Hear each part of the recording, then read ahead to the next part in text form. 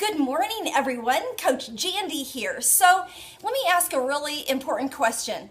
Is there something that you need to forgive yourself for and you just can't seem to let it go?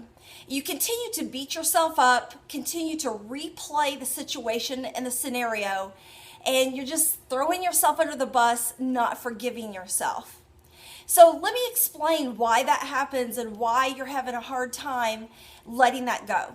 So from my experience, most of the time, people that have a hard time forgiving themselves and continue to beat themselves up over and over about something is because they actually have shame on board. Shame is one of the ugliest emotions and feelings that you can feel about yourself. I always say it's the sludge of the earth. It's the bottom feeder of emotion. And it can destroy a life. Just think about it. If you right now are not forgiving yourself, how are you feeling each and every day? Each day goes by and you just beat yourself up and you don't feel worthy of things. And so it also ties into your self-worth. So here's the thing about shame, is shame says something is fundamentally wrong with me. Basically, God made a mistake. And here's the thing, God did not make any mistakes. I promise you. He did not make a mistake with you, and he did not make a mistake with anyone. So what you have to do is figure out, why do you have shame on board? Now, most of the times, not trying to throw the parents under the bus or the caregivers or whoever you grew up around, but most of the time, functionality of shame comes from our childhood. Somewhere, somehow, whether it was through behavior or communication, we received a message internally that we either weren't good enough or weren't worthy, and it created an environment of shame where we feel like we are just not a good person. Something is wrong with us. We are not enough. And so all those feelings feed into shame. Now, I don't know what your personal story is. I don't know what your personal background is. And I don't know what you're feeling shame about. And you want to make sure that it is shame and not guilt. Guilt is, oops, I ate that last cookie, or I stole something and I'm sorry. I really should have not done that. And you can let it go. You can stand in correction and let it go.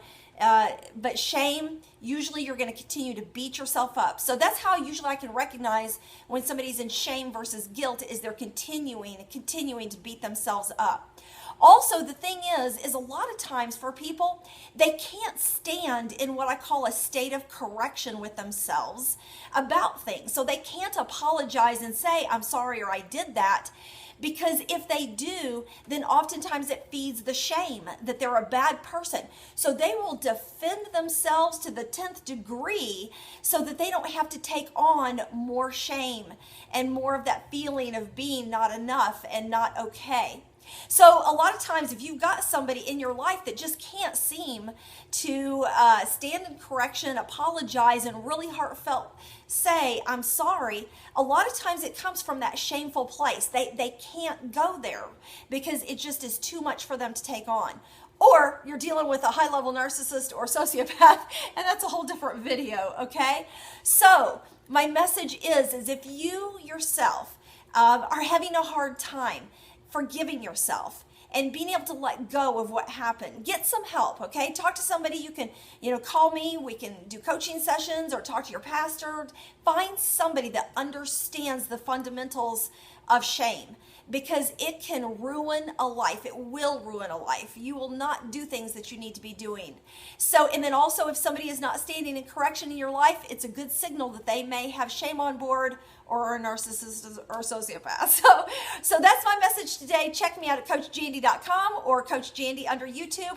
I have lots of these videos. Please share, because these help other people, and I really appreciate you. Thanks, and have a great one. Bye.